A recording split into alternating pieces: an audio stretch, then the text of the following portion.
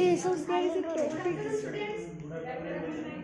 तो केमती अछो खाइछो खाइछो खाइछो तुम ना कोन पुअनी वीडियो सब रेकॉर्ड हो अच्छा पिला तुमन को बुलिया पे भल लागे भल लागे भल लागे तुम सब पार पड़े बुली जो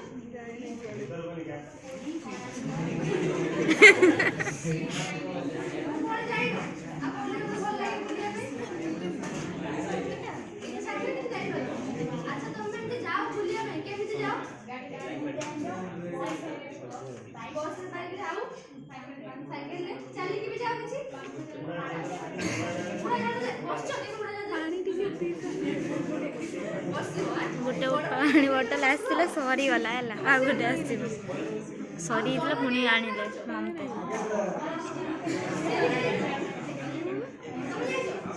डंगा पारी ये तो जलर यात्रा केमती करो डंग केमिति के माने जानटा ना कोन साइकिल ले हो डंगा आउ गुड गुड आउ ये बोटिंग मजा लगे ना मजा लगे ना गुड को है जे आउ हम जो कार्तिक पूर्णिमा पालन करे जानछ ना डंगा बसानी काई पालन करे को देखी बड़ा ये मोटे साधु को माने कोड जते वाले को जे हम तो अलग देश जातले आ अलग देश लोक माने हम देश को आस्तले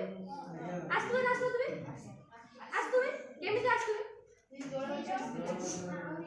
जोर बटे आस्तले स्तर बटे आस्तले हला आ यूरोपीय माने भी हम देश को वाणिज्य करे पे आस्तले जाननो इंग्लिश माने भी आस्तले अच्छा तुम 7th क्लास बोल रहे इतिहास बोल रहे सेमि किछि विषय अछि कि कौन अछि भारत आगो आज हम कोन पढिबा भारत तो खाता बोल देखो आलोचना माध्यम रे मैडम कोटले हिस्ट्रीटा डिस्कशन कम डेमोन्स्ट्रेशन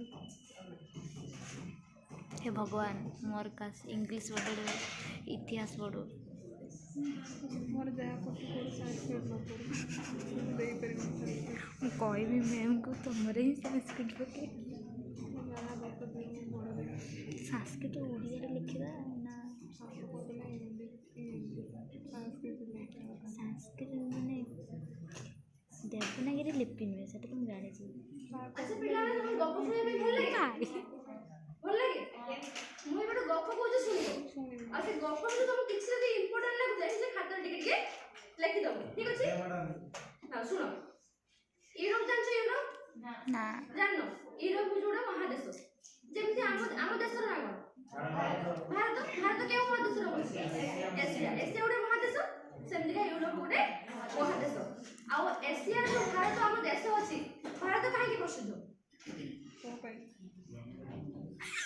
भारत रो कोन जिंसटा बहुत पॉपुलर जे कि समस्त को भल लागे को देखि तो किछि पसंद हो सेही पे तो अलग देश लोक माने हम देश को आस्तुबे संस्कृति आ वाणिज्य करे में संस्कृति न होबे धन समुद्र नेबे के विषय आउ के उपाय रे जलपथ माध्यम आओ शासन करे सर डायरेक्ट मास के शासन करते हम वाणिज्य करे कि किछि जिनिस जा थिबो हम देशर जे कि लोक को बहुत भल लागतो हां ताकि के संपत्ति थिबो हमर मसला जानछ मसला हमर जो भारत रो मसला यूरोप महादेश रे बहुत प्रचलित हैला बहुत पुराना समय कोन हेची ना यूरोप सहित अन्य देश माने मध्ये हम भारत सहित वाणिज्य करे पे आगे बढ़ थाए हैला हम भारत रो कोन सब थाए बाटा वस्त्र सूक्ष्म कार्पास वस्त्र मसला लवंग इत्यादि जो सब जिनिस पत्र अछि खाद्य मूल्यवान दांत सब एरा सब हम देश रो नै कि तांको देश रे कोन करथांदे माने नै कि वाणिज्य करे करथांदे आ टका पैसा से इनकम करथांदे हम एठी हम कोन जानले यूरोप मानकर अति प्रिय जिनिस कोन थिला मसला जान खाद्य दांत आ सूक्ष्म कार्पास वस्त्र पाठ्य वस्त्र इत्यादि ठीक अछि दिनकर कथा कोन हेची इटाली रे जने युवक थिले साहसी युवक तार नाम कोन थिला मार्को पोलो तार नाम कोन थिला मार्को पोलो से केट रे युवक थिले इटाली रे युवक मार्को पोलो कोन के आस्तले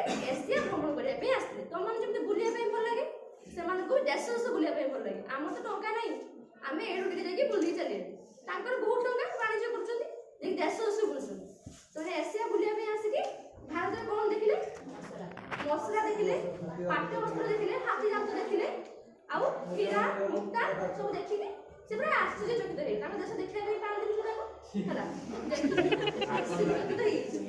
ତାଙ୍କ ଦେଶକୁ ଯାଇଛନ୍ତି, ୟୁରୋପ ଯାଇକି ସବୁ କହିଲେ କି ଆମେ ଭାରତରେ ସବୁ ଏଇଆ ଦେଖିଲୁ, ପୁରା ବହୁତ ଜିନିଷ ବଢିଆ ଜିନିଷ ସବୁ ଦେଖିଲୁ, ଆମର ତ ନାହିଁ, ଆଉ ଚାଲ ସେଠିକୁ ଯିବା, ନେଇକି ଆସିବା, ଆଣିକି ଏଠି ଆମେ ବେପାର କରିବା। ଦେନେ କ'ଣ କରିବେ? ଟଙ୍କା ପଇସା ଇନକମ୍ କରିବେ।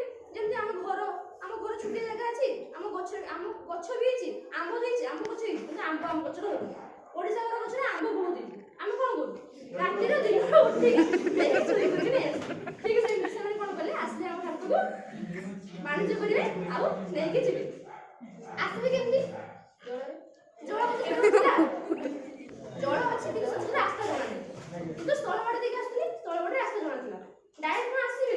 ଭାରତ ଅଛି, ଦେଖଉଛି এটা কোন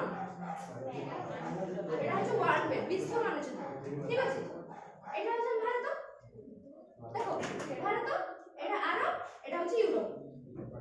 ହେଲା ইউরোপ মানে ଭାରତକୁ ଆସିଲେ କେମିତି ଆସିଲେ? ସ୍ଥଳପଥରେ ପାଖକୁ ଛୋଟ ହେଇଯାଉଛି। এটা হচ্ছে ভারত, এটা হচ্ছে ইউরোপ, এটা হচ্ছে ইউরোপ, এটা হচ্ছে আরব। ହେଲା ଭାରତ, ଯଦି ଆମେ ୟୁରୋପରୁ ଭାରତକୁ ଯିବା କେମିତି ଯିବା? ଏପଟ ଦେଇକି ଯିବା ନା, ୟୁରୋପ ଆରବ ଦେଇକି, ଆରବ ଯେଉଁ ଦେଶ ଅଛି ଦେଇକି ଯିବ। ଏହାର ଦେଶ ସବୁ ପଡ଼େ ପାରସ୍ୟ, କାବୁଲ, ଆଫଗାନିସ୍ତାନ ଆଉ କନଷ୍ଟାଣ୍ଟିନୋପଲ। এই দেশ ଦେଇକି ବୁଲାଣି ରାସ୍ତା ଦେଇକି ଯିବା ପାଇଁ ପଡୁଥିଲା।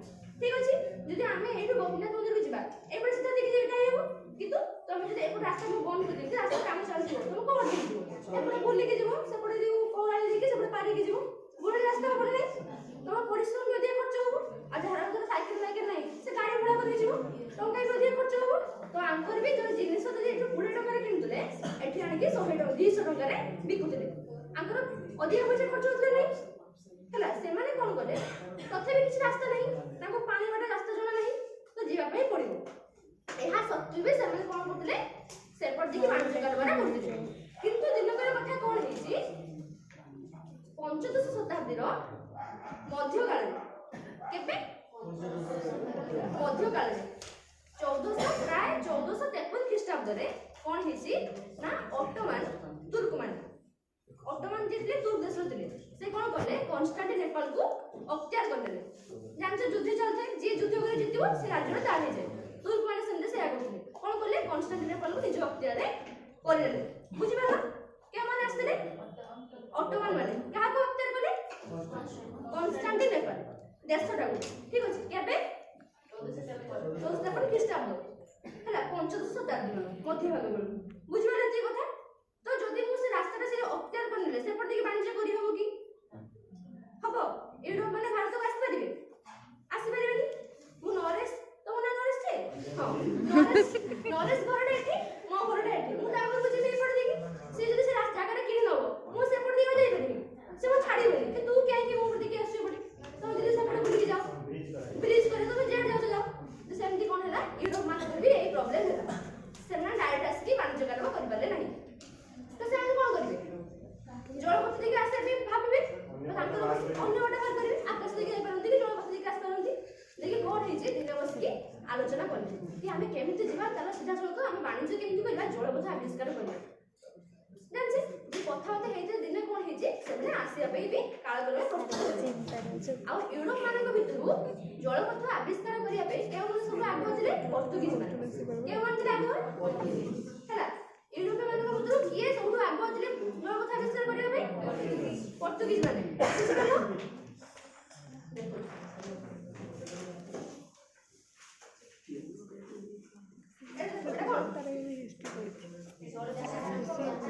ଜାହାଜ, ଆଗକାଳରେ ଜାହାଜ ସବୁ କେମିତି?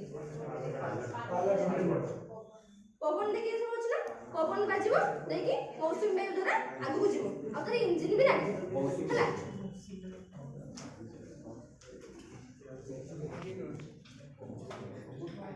ଜାଣିପାରିଲ? କ'ଣ ହେଇଛି? ତାଙ୍କ ଭିତରୁ ସବୁଠୁ ଆଗୁଆ କିଏ ଥିଲେ? ବାର୍ଥୋଲୋମିଓ ଡାଇସ୍।